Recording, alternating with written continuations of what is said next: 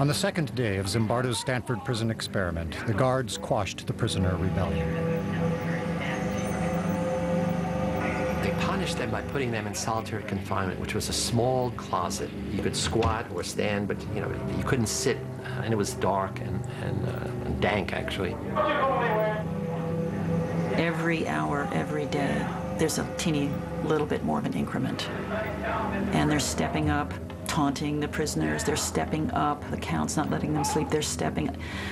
I don't think from 1 minute to the next, the people who are in it see the change and see the difference. And then the next key thing happened beside the rebellion. Prisoner 8612, he was the first one to have an emotional breakdown.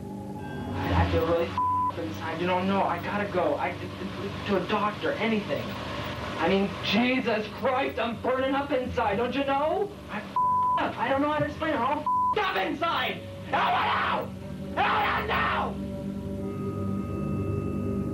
At the time, if you had questioned me about the effect I was having, I would say, well, they must be a wimp. They're weak, or they're faking. Because I wouldn't have believed that what I was doing could actually cause somebody to have a nervous breakdown. It was just us sort of getting our jollies with it. Let's be like puppeteers here. Let's make these people do things. What if I told you to get down on that floor and the floor? What would you do then?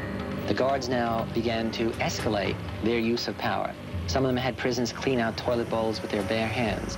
They now taunt, humiliate, degrade the prisoners in front of each other, and they exert arbitrary control over the prisoners. They keep thinking of more and more unusual things to do. And very soon after the fourth day, things begin to turn sexual. You be the bride of Frankenstein, and you be Frankenstein. I want you to walk over here like Frankenstein and say that you love the true man. If you want to fully sort of humiliate somebody, then you want to get them in those things that where their biggest fears are. And a lot of us have a lot of sexual hang-ups, and so that was part of that effort to humiliate them even further. Get up, Lord. I love you, true man, please. I love you, true man. You're smiling, true man, please. You get down here and do 10 push-ups. Every day after that, another prisoner broke down in a similar way, extreme stress reaction. And we released another one on Tuesday, Wednesday, Thursday. Nobody who was in that study could deny that the prisoner breakdowns were genuine. They were scary to see. They were upsetting to us. They were unexpected, but they were very clearly the real thing. Something was happening that we were no longer in control of.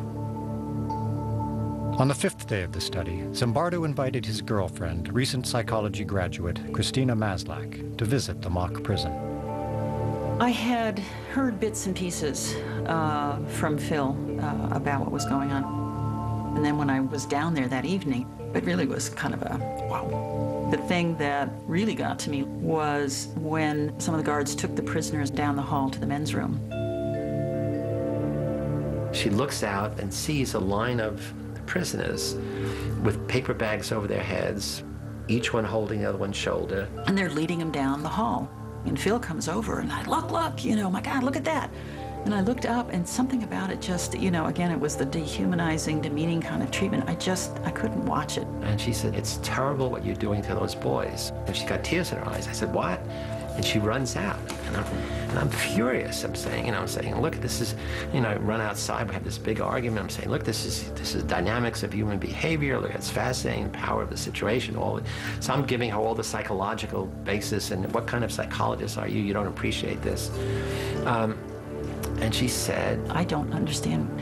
You're a stranger to me. I don't understand this. How could you not see what I see? I mean, you're a caring, compassionate person. I know you from all of these other things. Something's gone wrong here.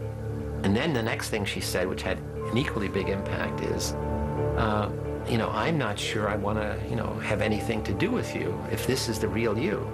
And that was like a slap in the face, because what she was saying is, you've changed. The power of the situation has transformed you from the person I thought I knew to this person that I don't know. And at that moment I said, wow, you're right. We got to end it. After only 6 days, Dr. Zimbardo shut down his experiment. What makes this study interesting, and what makes the Milgram study interesting, it's really about the transformation of human character.